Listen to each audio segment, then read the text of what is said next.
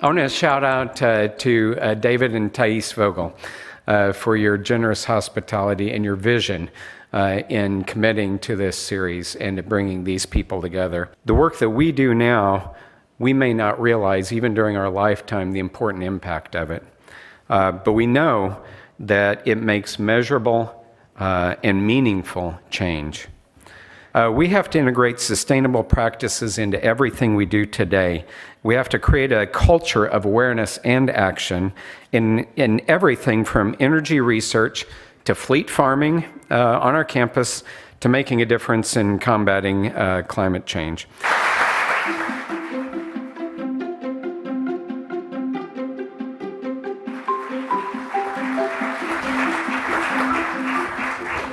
Why we do what we do and why climate change is such an important issue, and how to explain climate change to many of the skeptics out there.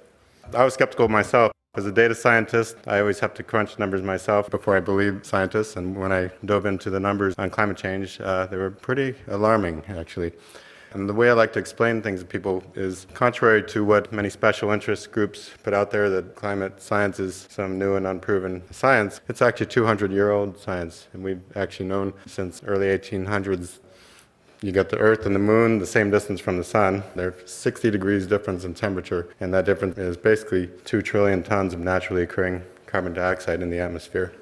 Today, we have 3 trillion tons of carbon dioxide in the atmosphere. You don't have to be talking to a rocket scientist for them to figure out that if 2 trillion tons makes a 60-degree difference, that 1 trillion tons of extra carbon dioxide is going to warm things up. If people really knew that this was devastating our economy, it would be top of the list. We care about it because what seems like a relatively small change is actually an enormous amount of extra heat.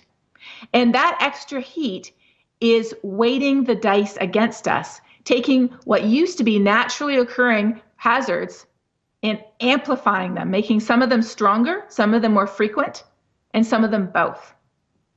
The first one is the fact that heavy rainfall is becoming more intense and more frequent. Why? Because warmer air holds more water vapor. For every degree Celsius the world warms, it holds about 6 to 7% more water vapor.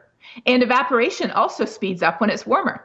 So today, when a storm comes along, as they always do, there's more water vapor sitting up there in the air for that storm to sweep up and dump on us.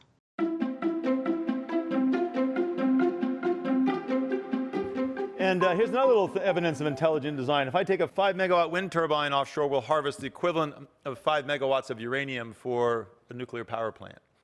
Because if we just take the existing offshore oil platforms that are no longer producing and hung off of them these kind of dudes that are now the polymers are ready to absorb cobalt, in the Gulf of Mexico, we could be absorbing enough cobalt from the existing offshore oil platforms to make 5 million Teslas a year.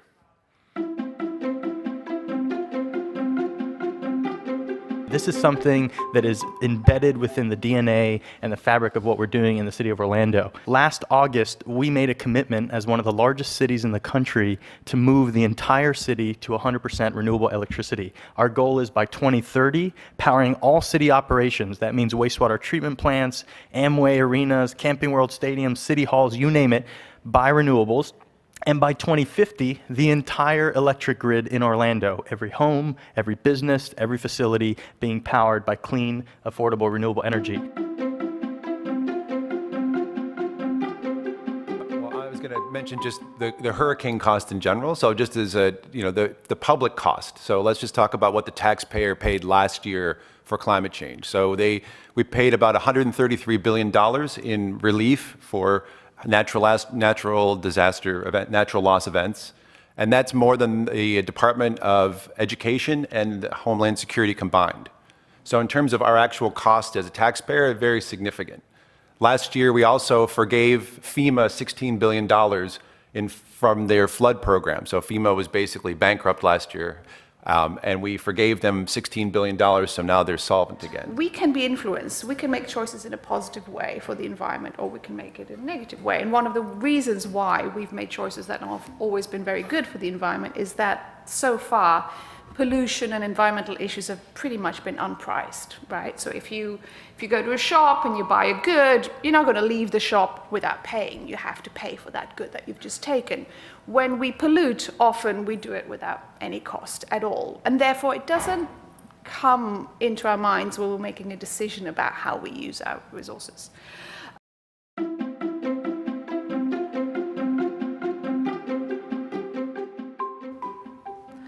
Drawdown is that point in time when atmospheric concentrations of greenhouse gases begin to decline on a year-to-year basis. We think, well, renewable energy is the most important set of solutions, and they're incredibly important. But note, only 5 of the top 20 solutions to reversing global warming relate to electricity. What surprised us, honestly, was that 8 of the top 20 relate to the food system. Now, the impact of the food system may come as a surprise to many people.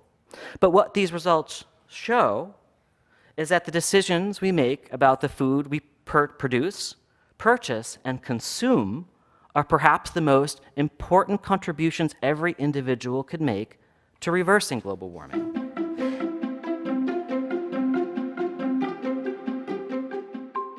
Tomorrow, you will decide what to do differently. And I only want you to take 3 things with you. One is not only UCF, VoLo Foundation, and the presenters today, it's each and every one of you and each and every one of the people you talk to going forward. It is the quality of life on this planet that we want to pass on to future generations. Second, I want you to consider what specifically you can do, especially the students. What is that unique skill set that you possess that can be applied to all the avenues and industries trying to mitigate carbon and correct climate? It's the technology that you are going to create, develop, program, and sell that is going to realign our environment and our economy. Climate change is a defining topic of our lifetime, but it's also a place for tremendous opportunity. We're going to create jobs, we need profit, and we're going to make profit while making a difference.